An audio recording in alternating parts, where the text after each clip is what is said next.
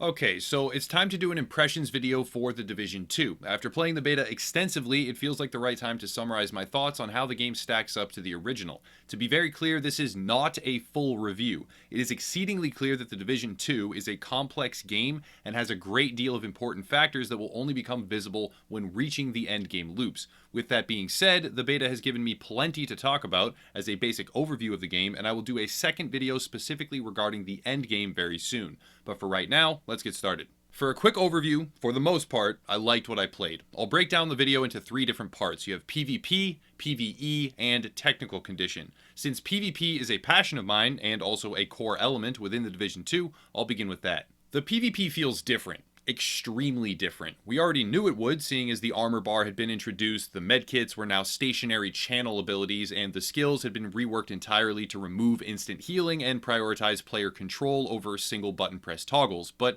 knowing it would be different is still a far cry from feeling how different it truly is. The thing about PvP is that most of it is now either fully normalized or semi-normalized, though eventually there will be a hardcore element involved called the Occupied Dark Zone where normalization is fully turned off. The truth is that the Occupied Dark Zone will only be a small slice of content, and the majority of the Division 2 and its PvP utilizes a normalization system to balance the combat. I do not usually like normalization, and in fact, I still don't fully prefer it in Division 2, but the truth is that it's quite effective at creating a level playing field, and with the current balancing, has managed to maintain, in my opinion, excellent combat pacing. For those looking for hyper-realism where a couple of bullets drop a target agent, it's not quite that. But it's no longer a never-ending chicken dance of spastic strafing where it essentially comes down to whoever runs out of medkits first or gets shocked, then loses. Positioning matters now a great deal. Where you are, what angles you can see, how many bullets you can land or shots you can hit, all of those are key. If you are caught unaware, since there are no longer magic single button press instant heals, it prioritizes awareness and planning, something that I believe was always intended with the original game, but never really possible because of broken design from the ground up. The time to kill is short, much shorter than the original game, but not so short as to offer no chance whatsoever at reacting. However, in the case of being outnumbered and shot by more than one enemy player, yeah, it is usually too short to do anything about it at all. Aim is important, reflexes are helpful, but they are no longer the only important factors. Now, tactical advantages seem to be carefully considered. If you have a magazine of special ammo, which can afflict enemies with bleed, for instance, that matters. It matters a ton. Where you are in cover, that matters too. How far you are from teammates, and the list goes on and on. These factors did indeed used to matter somewhat before, but are now a much more prominent and well-executed component of the PvP combat within Division 2. And it will of course undergo balancing tweaks, but since the PvE and the PvP balancing are separated, and semi-normalization is relied upon heavily, the PvP framework is in a very good position moving forward. I greatly enjoyed playing skirmish matches, more so than I thought I would, and it can be annoying when an enemy team hides and camps. Sure, that part is not fun at all, but overall it felt very, very good, despite the fact that that was fully normalized. There are some downsides to this. Number one, solo players who are outnumbered are basically dead in the water. If you're running up on an enemy team of 3 or 4 agents with even basic coordination, it is a no contest scenario.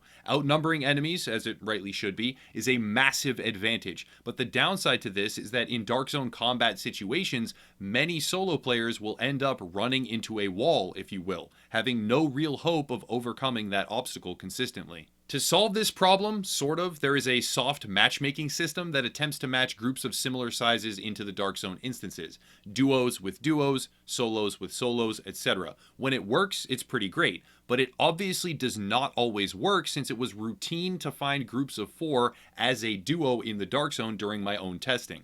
Overall, the PvP felt very different. Some will prefer the old system and hate the new tactical emphasis. Others will prefer the new format, but I found myself very much enjoying the pacing, the strategy, the planning, and the tense fights that we encountered because of it. Now on to PvE. PvE has given me very mixed feelings. At the start, it felt really good. Soloing story missions, control points, and side areas was enjoyable, and the weapons, well, The weapons, most of them anyways, are fantastic. It's pretty clear that using the weapon you like best will be infinitely more viable this time around, as opposed to the original Division game where certain ones were just absolute garbage and could not be used to any real degree. Most of the weapons sound great, feel great, do decent damage, and have their particular uses in different scenarios. Since the exotic weapon archetypes from the first game have now been converted into regular gun drop variants, there is a wide selection, and it was a positive element to be sure. The perk system has been overhauled, which feels good, I guess. Selecting the perks you want as you want them with SHD tech,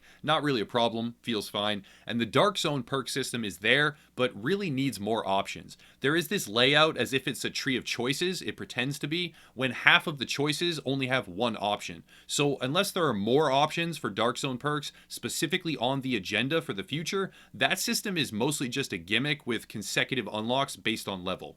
As for enemies, the enemy design has some interesting elements. Some enemies with compound bows, some with shields, some rushers, stun batons, and the generic snipers or grunts are all present as well. The factions are interesting is what I'm saying. And a cool tidbit I almost didn't even catch, so shout out to Deadman for this one, is the presence of locked faction chests. As you explore, you'll find keys for various different factions, and then when assaulting control points or clearing missions associated with that faction in particular, you can find hidden caches to unlock with their keys. The chests appear to have really good items as well, at least for your current level. I received nice upgrades, and it was cool to see that there are these kinds of supplementary rewards available during open world play. Now the supreme negative of the PvE, and that is the bullet sponge effect. The thing is, many content creators are praising the game right now for having eliminated the problem of tanky bullet spongy enemies.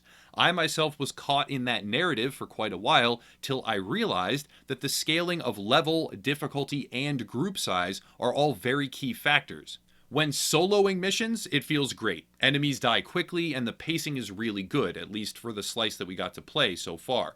When duoing missions with a partner, even on the hard difficulty, still really good. In fact, it feels excellent. Difficult and fun and well paced, and there's a lot going for it. But as soon as you get up to 3 players on hard missions, or 4, God forbid, it is absolutely terrible.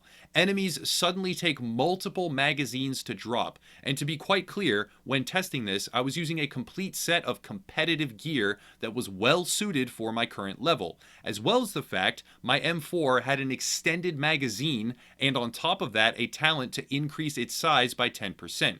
My M4 had 70 bullets in its magazine, and it was taking multiple full magazines to down a single enemy. Specific enemy types are worse than others. The stun baton rushers, for example, with the hyena faction, will use some sort of adrenaline ability and then rush you with what appears to be an overheal, and they also have armor, and all of it combines to create a situation where enemies are just as bullet spongy, if not more so, than the original game, with insane damage to boot.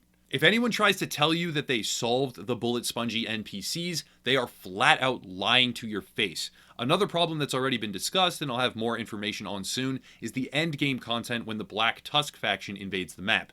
The endgame Black Tusk enemies have ridiculous amounts of armor, and I'll do a whole separate video on the endgame content when it's available, but even now, with level 1 through 7 in the beta's first stage, on certain difficulties, with certain group sizes, the enemies are already extremely tanky to a damaging degree. I'm not sure what could be done about this. Enemies having high damage does not seem like a huge problem, as long as they can be killed within a reasonable time frame, but the current system has me very skeptical of the PvE side of things, though again, with separate balancing in place, it is a very reassuring thing that they can make some of these changes and not sacrifice the PvP elements. Last up is technical polish. The beta is not in a good state right now. It was nice to be able to log in when the beta actually opened its doors, so big shout out for that as opposed to Anthem, but immediately after, in my very first mission, there were a whole host of audio bugs, capped off by one that specifically occurred when shooting enemy heavy armor that quite literally hurt my ears and almost made me shut the whole fucking game off right there.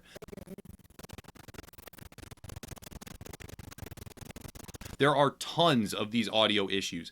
Allied gun sounds not triggering, huge delay on your own weapon sounds or on headshot sound effects, crazy and painful feedback noises as you shoot specific enemies. It's a really long list. After that, the deltas set in. Now, the delta issues were not so bad for me personally. In fact, I played for hours on end without getting disconnected. And it did happen occasionally, but not nearly as much as the first Division game on even its official launch day. So I'm not broken up about that, at least personally. The thing is, that stability was not consistent for everyone. A friend of mine, UE Manny, simply couldn't play with us. He was getting deltaed every few minutes. Some of my friends had crazy frame rate problems, really bad ones, that made the game completely unplayable for long periods of time or until a hard restart, and pretty much everyone was getting disconnected at regular intervals.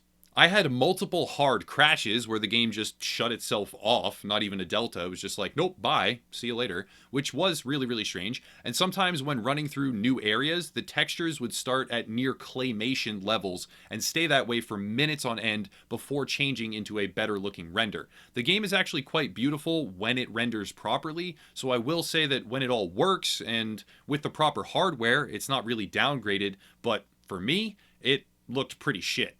Now the worst one, invisible NPCs. There were many different times where I would run through an area just to suddenly get lit up and die from nowhere. After 30 seconds, an entire pack of enemies would just appear all around me that had presumably been killing me, I just didn't know about it, and this one honestly really pissed me off, more so than all the rest. But after a couple times restarting the game, it seemed to go away, so I guess I should just count myself lucky. There are also recurring bugs like the double reload glitch, enemies getting stuck behind doors, or missions not triggering, which were seen in the original Division game, which is not a good sign at all, and I am sure there are a myriad of other problems that I just didn't end up seeing personally firsthand myself.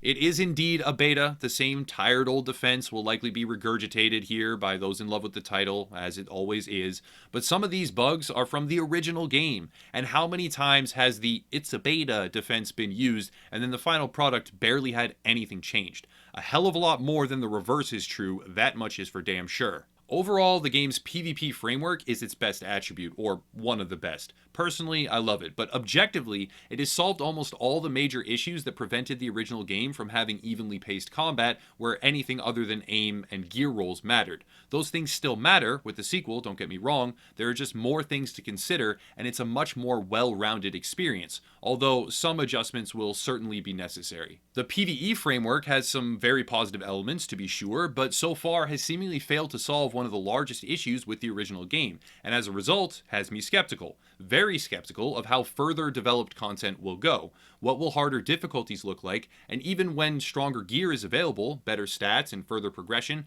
how will they adjust balancing in a fluid way to compensate for that?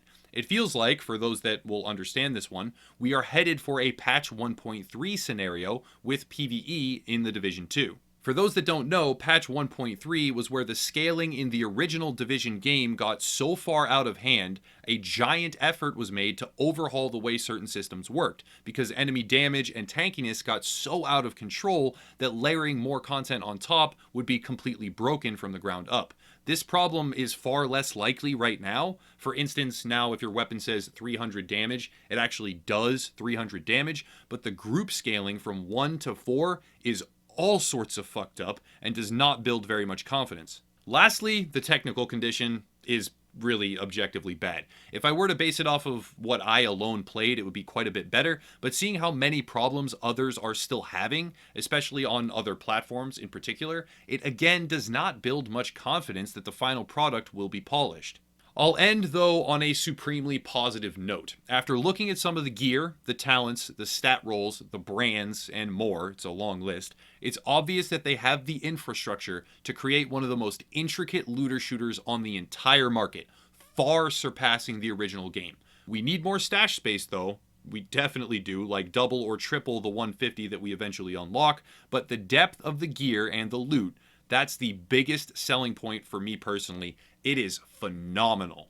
Anyways, that's all for today. Like I said, I'll do another video like this about the end game when the information is all there, but first impressions so far have been mixed, some very good, some very bad. I'll wrap it up though there, and I'll stop rambling. Thank you all for watching. Check out the links down below if you want to support the channel, esports merch, Facebook community, Discord server. We're going to have events on our gaming forums, etc., etc. But yeah, that's it. Have a nice night, everyone. See you later.